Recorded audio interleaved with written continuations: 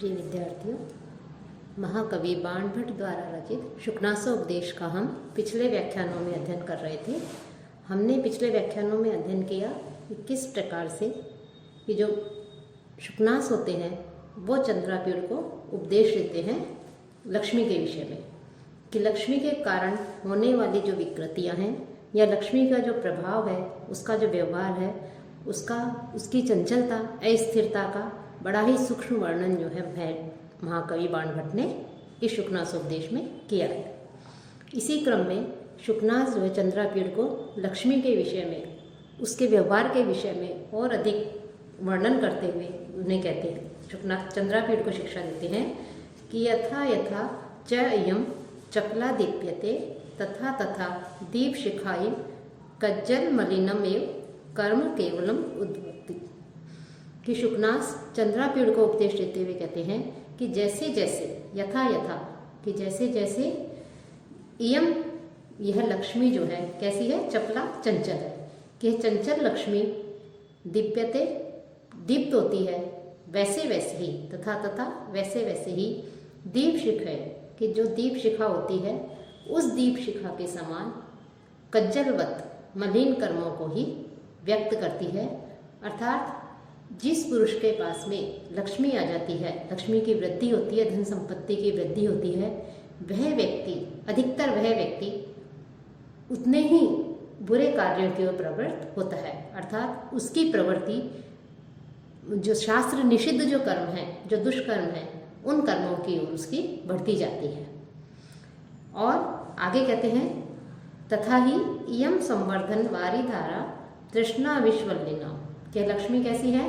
कि यह लक्ष्मी कि तृष्णा विश्वलिना, तृष्णा रूपी जो विश्व, तृष्णा रूपी अर्थात भोग विलास को प्राप्त करने की जो इच्छा है, व्यक्ति के मन में और अधिक प्राप्त करने की जो इच्छा है, अभिलाषा है, तृष्णा है, ऐसी तृष्णा रूपी विषलताओं को बढ़ाने वाली वारी धारा जलधारा है। अर्थात जैसे जल की धारा होती है वो विषलताओं का पोषण करती है, विष की जो लताएं हैं उनकी वृद्धि करती है, उनको बढ़ाती है, उसी प्रकार यह लक्ष्मी भी, जिसके पास धन होता है, लक्ष्मी होती है, यह भोग विलास आदि जो विषय हैं, विषय भोगों के प्रति उसकी व्यक्ति को अग्रसर करती हैं, वह कामोक भोग की ओर व्यक्ति उन्मुख होता है। और व्याध गीति इंद्रिय मृगाणा, साथ ही साथ यह कैसी है कि इंद्रिय रूपी जो हिरण है, उन हरिणों को आकर्षित करने के लिए व्याघ्र गीति, जो शिकारी होता है, व्याघ्र होता है, उसका क्या है, गीत है, कि जो शिकारी है वो हिरणों का शिकार करने के लिए, उनको आकर्षित करने के लिए विशेष प्रकार का जो है आवाज़ करता है, गीत गाता है। उसी प्रकार से यह लक्ष्मी भी व्यक्ति को जो है आकर्षित करती है, व्यक्ति की जो विषय भोगों में आसक्त रहने वाली जो इंद्रियां हैं, उन इंद्रियों को विषय भोगों के प्रति आकर्षित करती है। या अर्थात जैसे व्याघ्र का गीत हिरणों को आकर्षित करता है और व्याघ्र उन्हें आसानी से अपना शिकार बना लेता है, उसी प्रकार से लक्ष्मी भी इंद्रियों को आकर्षित करती है। और जो व्यक्ति इंद्रियों के वशीभूत होकर के,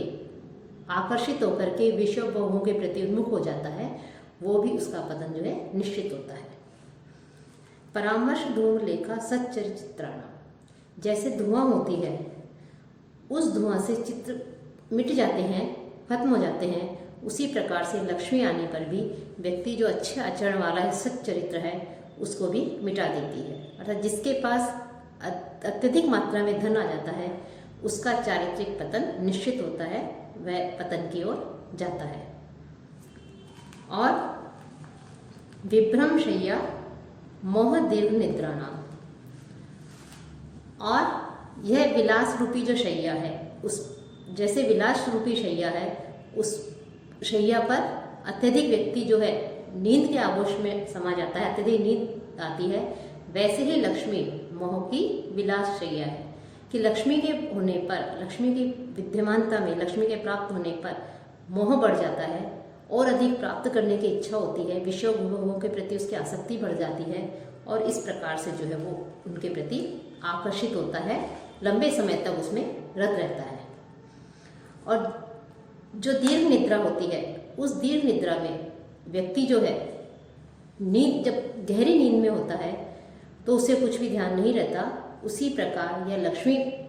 आने पर भी व्यक्ति भोग विलास के प्रति लंबे समय तक उसमें आसक्त रहता है। निवास जीर्ण वल्लभी धनमद पिशाचिका नाम तिमिरोद्गति ही शास्त्र दृष्टिना पुरः पताका सर्वायमिन्या नाम। कि यह लक्ष्मी क्या है? वो धनमद की ऐश्वर्य रूपी मदरूपी धनमद लक्ष्मी जो है ऐश्वर्य मदरूपी जो पिशाचनियाँ हैं, पिशाचिका नाम जो पिशाचनियाँ हैं, उनके निवास करने के लिए जीर्ण अर्थात पुरानी जो है वो अटारी है। कि जैसे जो पिशाचनियाँ होती हैं, आसुरी शक्तियाँ होती हैं, वो सुनसान बिल्कुल टूटी हुई खंडर जो अटारियाँ होती है उसमें निवास करती हैं, उसी प्रकार जो ऐश्वर्य है वो ऐश्वर्य का भी जो है का जो अभिमान होता है कि व्यक्ति के पास जब धन आ जाता है और धन आने पर व्यक्ति मद से युक्त हो जाता है, अभिमान से युक्त हो जाता है, तो वो अभिमान भी किस में निवास करता है? लक्ष्मी में ही निवास करता है। इसीलिए यहाँ पर जो धन मद है, धन के कारण जो अभिमान होता है, उसमें पिशाचनियों का आरोप यहाँ पर कवि ने किया है। साथ ही साथ यह लक्ष्मी जो है इसके लिए कह रहे हैं कि शास्त्र दृष्टि कि शास्त्र रूपी जो चक्षु हैं, उन चक्षुओं के लिए तिमिरोद्गति कि तिमिर नामक रोग जो है उसकी उत्पत्ति है। कि जैसे तिमिर नामक नेत्र रोग होता है, उस रोग में व्यक्ति को कुछ भी दिखाई नहीं देता, वैसे ही लक्ष्मी जो है धन आने पर शास्त्र रूपी दृष्टि कैसी हो जाती है? उससे युक्त हो जाती है, विपुल हो जाती है, उससे युक्त हो जाती है। कि लक्ष्मी से शास्त्र दृष्टि में विघ्न उत्पन्न हो जाता है कि व्यक्ति को फिर कुछ भी क्या उसके लिए अच्छा है क्या बुरा है, वो किसी भी तरफ जो है उसका ध्यान नहीं जाता है। उस धन के आने पर, लक्ष्मी के आने पर व्यक्ति की जो जैसे तिमिर नामक रोग आने पर व्यक्ति को कुछ भी दिखाई नहीं देता, उसी प्रकार से उस व्यक्ति को भी शास्त्र आदि में उसके लिए क्या उचित बताया है क्या अनुचित बताया है, उस ओर जो है उसका ध्यान नहीं जाता है। साथ ही साथ यह लक्ष्मी जो है सर्व अयमिनिया नाम, सब अयमिनियों की अग्र पताका है।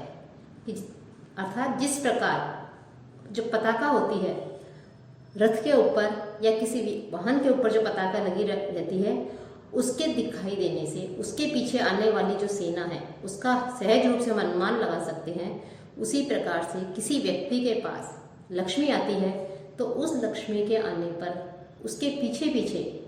निश्चित रूप से अनेक प्रकार के जो कुकर्म होते हैं, अविनय होते हैं,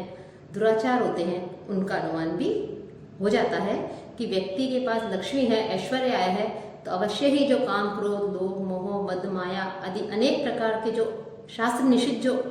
कर्म बताए गए हैं, उनके प्रति व्यक्ति जो है आसक्त हो जाता है, उसका अनुमान हम लगा सकते हैं।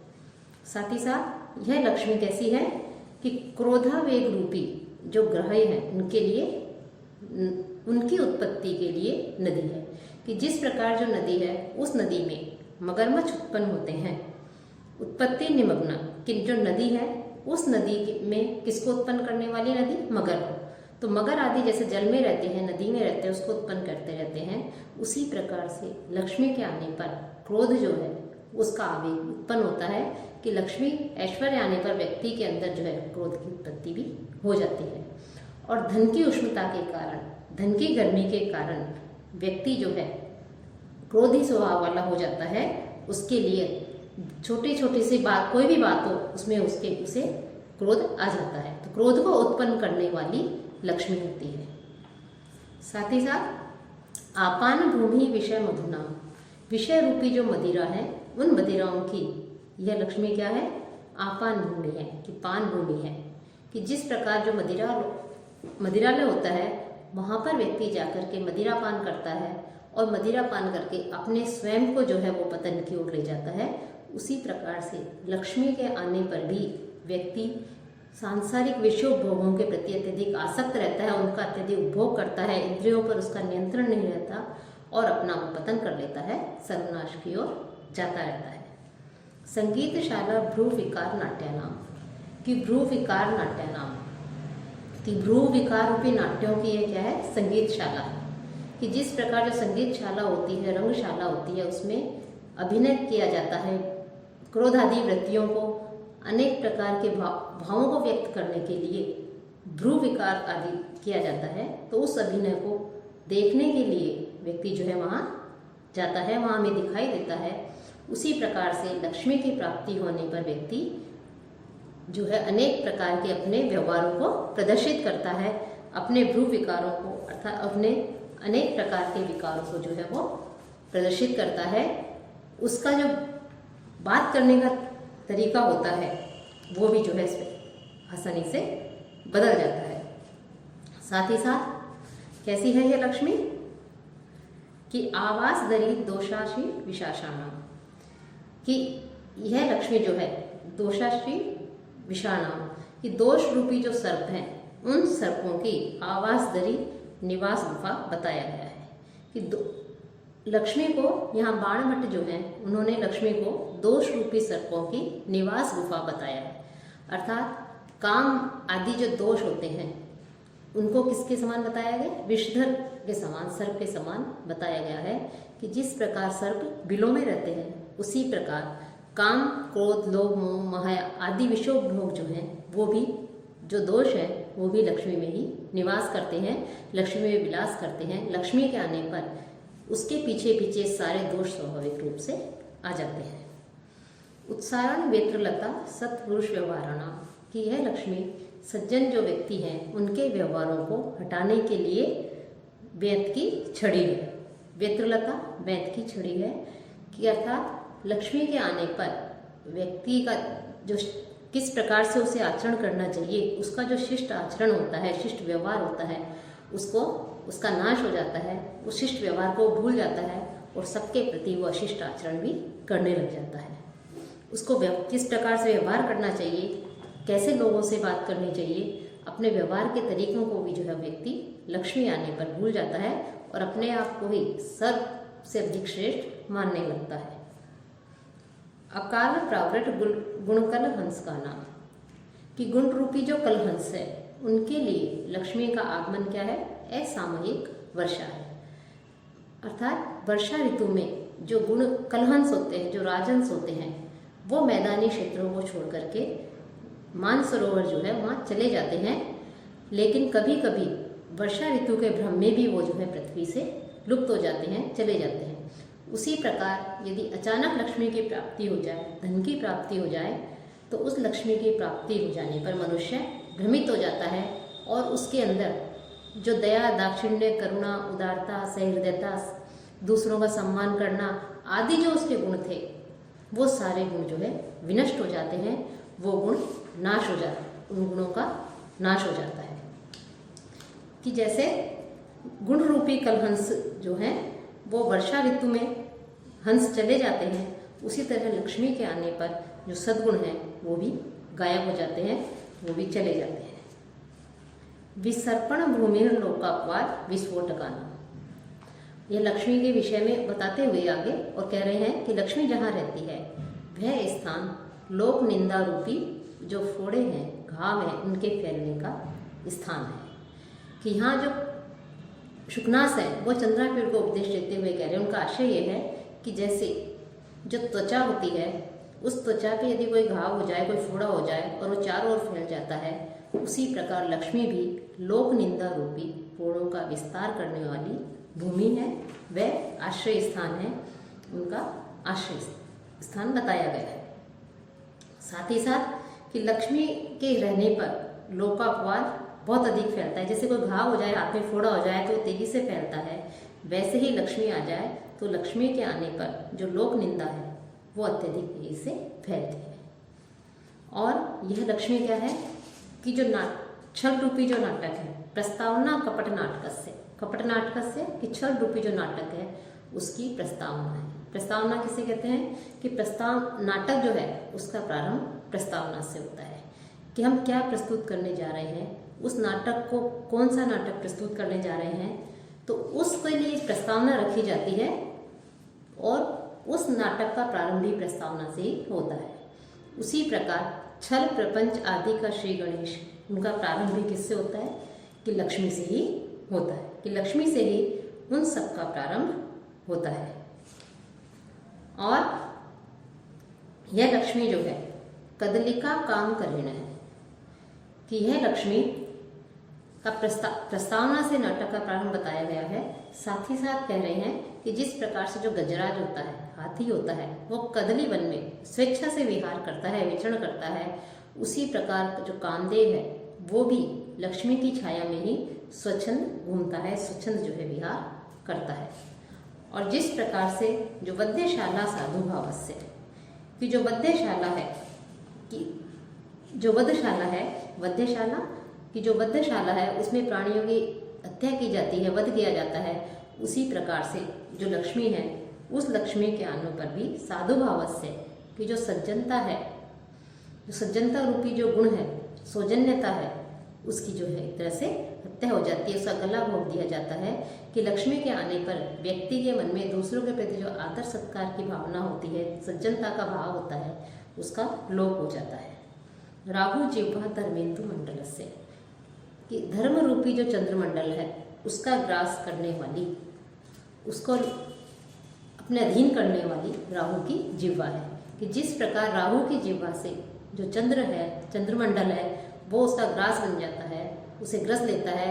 ग्रहण लग जाता है, उसी प्रकार से लक्ष्मी आने पर लक्ष्मी भी जो है धर्म को ग्रहण कर लेती है। लक्ष्मी के आने पर जो धर्म है उसका नाश हो जाता है कि धर्म को निगल जाती है। इसी क्रम में आगे जो शुकनास है वो चंद्रापीठ से कहते हैं कि न ही तम पश्चामी यो ही अपरिचित यानिया न निर्भरम उपगूढ़ है यो वन विप्रलब्ध है कि मैं ऐसा कोई पुरुष नहीं देखता जो इस अपरिचित, अर्थात ये लक्ष्मी अपरिचित क्यों कहा है कि यह लक्ष्मी किसी परिचित का भी ध्यान नहीं रखती, किसी परिचय का ध्यान नहीं रखती, कितना ही परिचय इस लक्ष्मी से हो लेकिन फिर भी ये उसको छोड़ करके चली जाती है। तो ऐसी अपरिचिता लक्ष्मी के द्वारा गाढ़ आलिंगित होकर के उपगूढ़ है कि इसके द्वारा आलिंगित होकर के बाद में जो है नए विप्रलब्ध है, प्रताड़ित नहीं हुआ हो, ऐसा मैं किसी भी व्यक्ति को नहीं देखता हूँ। नियतमियम आलेख्य गतापि चलती, यह लक्ष्मी चित्रपट पर चित्रित होने पर भी निसंदेह चली जाती है कि लक्ष्मी को चित्र के रूप में बना करके रखा जाए लेकिन फिर भी लक्ष्मी चली जाती है। पुस्तमय्य अपनी इंद्रजालम आचरती कि इसे पुतली बना करके रखने पर भी मृतिका या काष्ठ आदि जो है उसके द्वारा पुतली के रूप में बना करके रखने पर भी यह अपना इंद्रजाल दिखाती है, जादू दिखाती है, जादू के समान आचरण करती है और उसको छोड़ करके व्यक्ति को चली जाती है। उत्कीर्णा अपनी विप्रलब्धे, खुद पत्थर में यदि खुदवा करके भी लक्ष्मी को रख दिया जाए, पत्थर के अंदर लक्ष्मी छुपा करके रख दी जाए लेकिन फिर भी यह धोखा देके चली जाती है। श्रुतावपि अभिसंधते, सुने जाने पर भी यह कपट आचरण करती है। चिंतिता अपि वंचेती, और प्राप्ति की आशा से हम इसका कितना ही चिंतन करें, कितना ही ध्यान करें, लेकिन फिर भी यह लक्ष्मी कैसी है, छलती है, धोखा देती है और व्यक्ति को छोड़ करके चली जाती है। तो इस प्रकार से यहाँ पर जो शुकनास है वो चंद्रापीठ को लक्ष्मी के विषय में बता रहे हैं। साथ ही साथ आगे भी इसी क्रम में वो कहते हैं एवं विधया अपि चानिया दुराचार्य कथम अपि दैवशेन परिगृहीतः विक्लवा भवन्ति राजन है कि इस प्रकार की है दुराचार्य कि दुराचार्य जो लक्ष्मी है इससे कथम अपि किसी प्रकार दैवशेन कि भाग्यवश किसी तरह अपनाए हुए परिग्रहिता अपनाए हुए जो राजा लोग हैं वो लोग विक्लवा व्यथित रहते हैं, व्याकुल रहते हैं कि किसी प्रकार से इस लक्ष्मी को, इस दुराचारिणी लक्ष्मी के आश्रित बने हुए लक्ष्मी को प्राप्त करने पर भी जो राजा हैं उनकी स्थिति बड़ी दयनीय होती है। वो राजा लोग जो हैं इसके आने पर अत्यधिक व्याकुल रहते हैं, व्यथित रहते हैं, उनकी स्थिति दयनीय हो जाती है। क्योंकि आप कहते हैं कि सर्वा एवने अधिष्ठानातम जय गच्छन्ति कि यह लक्ष्मी जो है, यह लक्ष्मी राज्याभिषेक के समय ही सर्वा एवने अधिष्ठाना कि जो जितने प्रकार के जो लक्ष्मी जो है यह अवगुणों को प्रदर्शित करने वाली है। अभिषेक के सभी प्रकार से इसको रखने पर अभिषेक के समय ही, अभिषेक समय एक कि अभिषेक के समय ही इस लक्ष्मी की मानो चैषा मंगल कलश जल ही प्रक्षाल्यते दाक्षिण्यम कि मानो मांगलिक कलशों के द्वारा जल से जो है उसकी जो दाक्षिण्यता है, उदारता है, उस उदारता को मानो धो दिया जाता है कि लक्ष्मी जो है, यदि दुराचारिणी लक्ष्मी किसी राजा को प्राप्त हो जाए और भाग्यवश किसी तरह राजा लोग इस लक्ष्मी को अपना लें तो वो जो है अत्यधिक व्यथित रहते हैं, व्याकुल रहते हैं और सर्व अविन्य अधिष्ठानाताम च गच्छन्ति, तो समस्त दुराचारों के वो आधार बन जाते हैं। क्योंकि अभिषेक समय, जो राज्याभिषेक का समय होता है, उस समय ही इन राजाओं की जो उदारता है, दाक्षिण्यता है, वो मानो मांगलिक कलशों का जो जल है उस जल से धो दिया जाता है। अग्नि कार्य धूमेनेव मलिनी क्रियते हृदय, और हृदय मानो हवन के धुएं से मलिन कर दिया जाता है। पुरोहित कुशाग्र सम्मार्जनी भी इव अपनीयते शांति, और जो पुरोहित है वो पुरोहित जो कुशा का जो अग्रभाग होता है, कुशाग्र रूपी जो एक तरह से मानो मार्जनी होती है, झाड़ू होती है, उससे मानो क्षमा का जो गुण होता है राजा ने, उस गुण को भी हटा दिया जाता है कि राजा के पास लक्ष्मी आते ही उसके अंदर जो दूसरों के प्रति जो दाक्षिण्यता का, उदारता का भाव रहता है, उसका हृदय और जो शांति का भाव रहता है, उन भावों को भी मानो हटा दिया जाता है। और उष्णेश पट्ट बंधनेव आच्छाद्यते जरागमन स्मरण, और जो राजा के जब राज्याभिषेक होता है तो उस समय जो उसके सर पे जो वो पगड़ी बांधी जाती है, उस पगड़ी के बांधने से मानो रेशमी कपड़े के जो पगड़ी बांधी जाती है उससे मानो उसका जो जरा मरण का जो भय रहता है कि वृद्धावस्था आने की जो स्मरण रहता है उसको मानो भुला दिया जाता है, उसको ढक दिया जाता है। साथ ही साथ आत्पत्र मंडलेन अपवार्यते परलोक दर्शनम, और जो छाता है, छत्र है, कि उस छत्र से मानो राजा के ऊपर जो छाता ताना जाता है, छत्र होता है उसके सर के ऊपर, उसको ढकने के लिए, तो ऐसा लगता है मानो जन्मांतर के प्रति जो दृष्टिपात है उसको रोक दिया जाता है कि परलोक दर्शनम, कि परलोक का जो दर्शन है उसको मानो उसे रोक दिया जाता है, उसको कि मानो उसके जन्म लेने के पश्चात अगला जन्म भी में भी उसे जन्म लेना है। इन सबको जो है जन्मांतर को जो है उसको ढक दिया जाता है, उसे कुछ भी दिखाई नहीं देता है कि कुशारूपी झाड़ू से तो राजाओं की क्षमाशीलता मानो समेट करके फेंक दी जाती है कि लक्ष्मी जो राजा हैं उनमें उदारता एवं सहिष्णुता का जो भाव रहता है, लक्ष्मी आने पर वो सब समाप्त हो जाता है और अपनी वृद्धावस्था को भूलकर राजा जो लोग हैं वो प्रायः वृद्ध जनों का उपवास करते हैं कि अभिषेक के समय जो उनके मस्तकों पर पगड़ी बांधी जाती है उससे मानो उनकी स्मृति ढक जाती है, और अभिषेक के समय जो छत्र उनके ऊपर ताना जाता है उससे छाया से मानो वो केवल इसी लोक का विचार करते हैं और दूसरे लोग को वो देखते भी नहीं हैं कि इस प्रकार से जो है उसका ध्यान नहीं रहता। साथ ही साथ चामर पवने ही एक अपनीयते सत्यवादिता, जो चामर पवन है कि जो चंवर आदि अभिषेक के समय जो चंवर आदि होते हैं उन चंवरों को हिलाया जाता है, चंवर आदि डुलाए जाते हैं, उससे मानो ऐसा लगता है कि जो सत्यवादिता है, कि सत्य बोलने का जो राजा का गुण है उस गुण को भी उड़ा दिया जाता है कि अभिषेक हो जाने पर, राज्याभिषेक के पद पर अभिषिक्त हो जाने पर, राजा बन जाने पर, ऐश्वर्य संपन्न हो जाने पर राजाओं के सत्य बोलने का गुण भी एक तरह से खत्म हो जाता है कि इस प्रकार। और यही कारण है कि कहा जाता है कि अभिषेक के पश्चात राजा जो है वो सत्य भाषण नहीं करते हैं। और जो बैंत की छड़ी होती है, वेत्र दंडे ही उत्सार्यते गुणाः, जो बैंत की छड़ी होती है उससे मानो राजाओं के जो और अधिक सद्गुण थे उन गुणों को भी भगा दिया जाता है, राजा जो है वो गुणहीन हो जाते हैं। और जय शब्द कलकले ही इव तिरस्क्रियते साधुवादा, और जब राजा राज्य सिंहासन पर बैठ जाता है तो जो उसका जो जय जयकार होता है, उसका जो गुणों का जो बखान किया जाता है, सद्गुणों